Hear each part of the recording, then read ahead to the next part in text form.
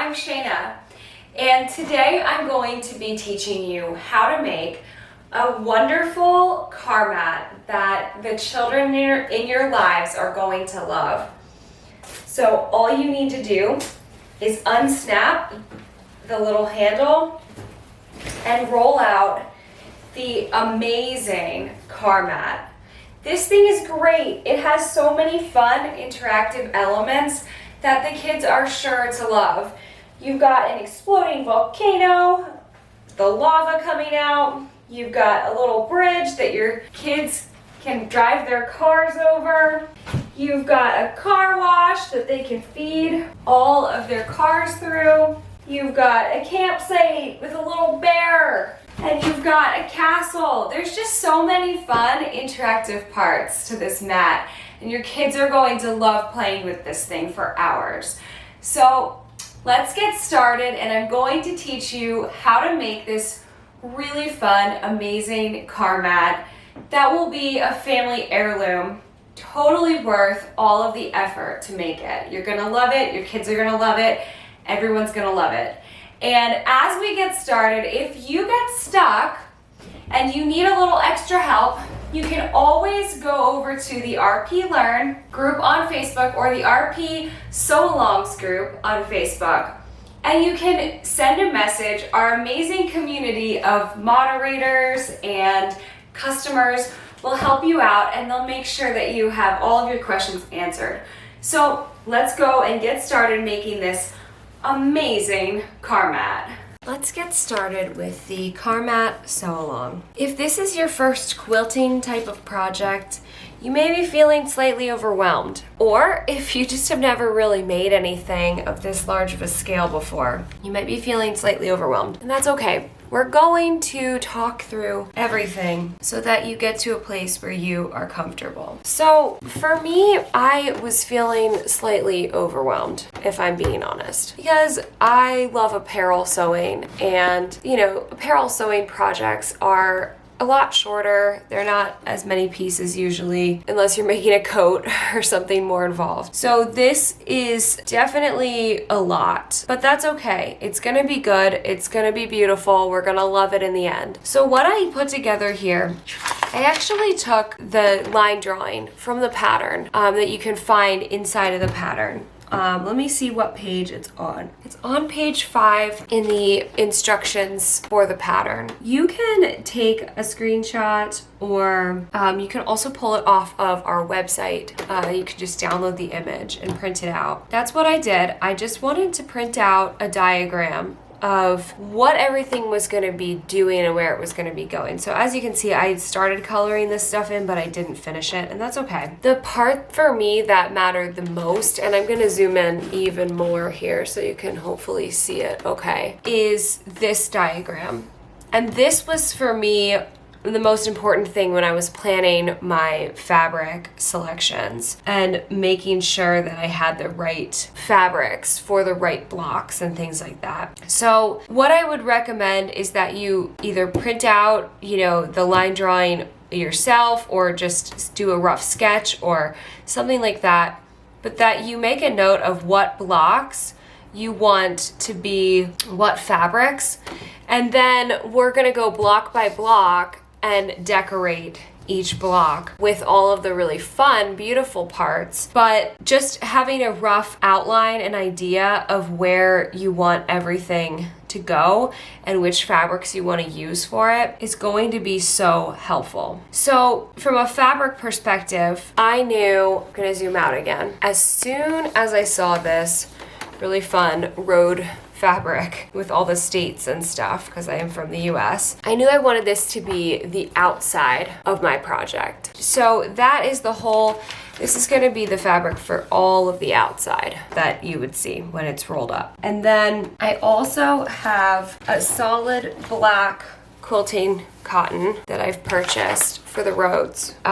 If you want to have gray roads or something like that, then purchase whatever color you want your roads to be, but I wanted mine to be solid black. So that's all of these black areas that you see in my diagram. Next, I knew I wanted to have white backing or some sort of another color backing going around the edges. So I have just some plain white quilting cotton as well. And let me just kind of fan these out so you can see what I have as I go. So then I also needed fabric for each block, the top, the main part of each block, and I wanted it to be different colors based on the different themes. I want this to be kind of accurate to life colors and things, so I just went through and I planned out what colors I wanted to do for each block. So you know, we've got block number 1, the gas station, the mailbox, and the car wash, and then also the parking lot in block 7. I wanted those to all kind of have an asphalt feel. So I have fabric that looks like asphalt. Let me grab that. Sorry, I didn't have it over here when we started. But I got like this kind of sparkly gray stuff case for those blocks. And then for the volcano and the city, I wanted that to have kind of like a sky feel. So I picked this cute little star print for the blocks. For the blocks 9 and 12, which are the farm, the barn, and the farm, you know, you could do this in tan or brown. And the campsite, I went for like a tan color that would kind of look like dirt. For the lake, I went for, you know, a watery kind of look because I wanted that water.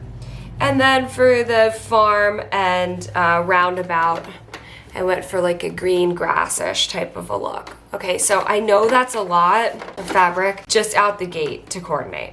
You do not have to do this. You do not have to go this crazy and this involved as I am. So if this is too much for you and you're like, oh my gosh, that's a lot of fabric, this is intense, I don't know if I want to do this, that's okay.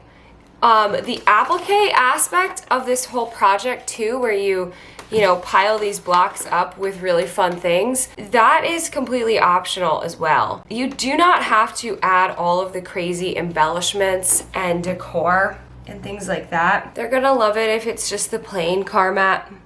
They're gonna love it if it has embellishment. They're gonna have so much fun playing with it. So that's all that matters. Another thing that we didn't talk about here are the handles and straps. You'll need a fabric for that as well. And it can be one of the ones that I've already shown you, but I had this fun polka dot picked out for the handles and straps as well that I'm planning to use. Okay, in addition to this, you will need some batting. The amount of batting that you have is listed in the pattern instructions. And if you're doing the optional lava explosion, you might want to have like a bright orange fabric for that lava that can pop out just for extra fun. So you will need a lot of fusible webbing for this project. I have heat and bond, that's just kind of what I've always used.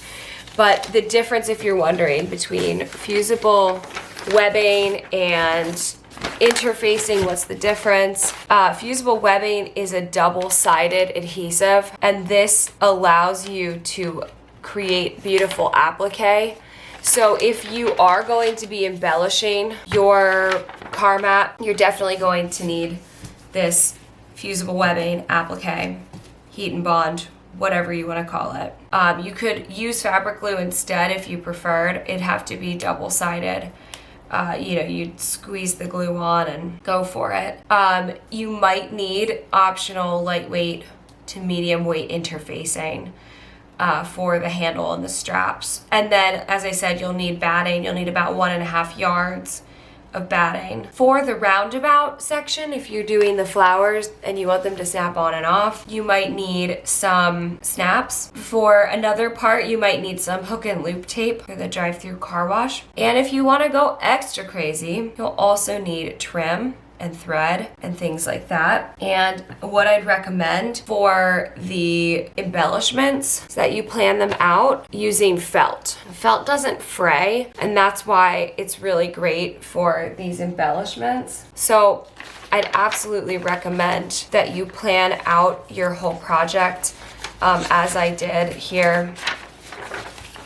I have another sheet of paper that's my like little cheat sheet where I just went through and I marked off which colors of felt I wanted to use for which embellishment pieces. So I hope you are not bored to death by this discussion about getting organized. I think getting organized with this project is so critical for getting through it successfully.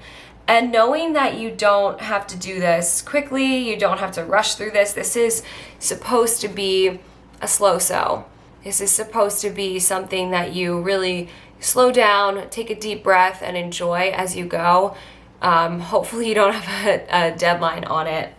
You're not making it for somebody's birthday or a holiday or something. And if you don't have a deadline on it, then you'll really enjoy it a lot, because it's gonna be great, and you're gonna have something that is really amazing and basically a family heirloom. So after you have gathered all of your materials and kind of gotten organized in a way that makes you feel happy, makes you feel good, we will need to start planning the embellishment portion of this.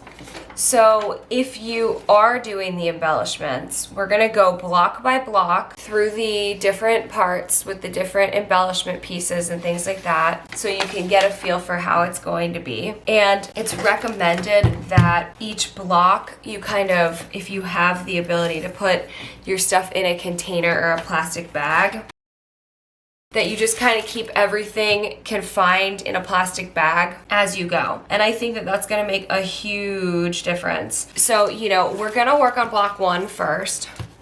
And what I'm going to do is cut everything out. I'm gonna put the itty bitty pieces in a sandwich sized bag. I'm gonna put the bigger pieces for the block in, a larger gallon size bag or whatever size you have, or storage container, plastic bin or whatever. But that will just help everything to stay organized as we go, because after we cut all of these pieces out, we're not going to want to lose anything. This is a labor of love and we don't want to get frustrated. So let's try to stay as organized as possible. All right, I hope I haven't scared you. I hope you're excited. I know I am. I'm just excited to get this started and to get started on block 1, doing some really fun embellishment work. So let's go ahead and get started. These were just some tips and tricks to help you stay organized and get ready for this project.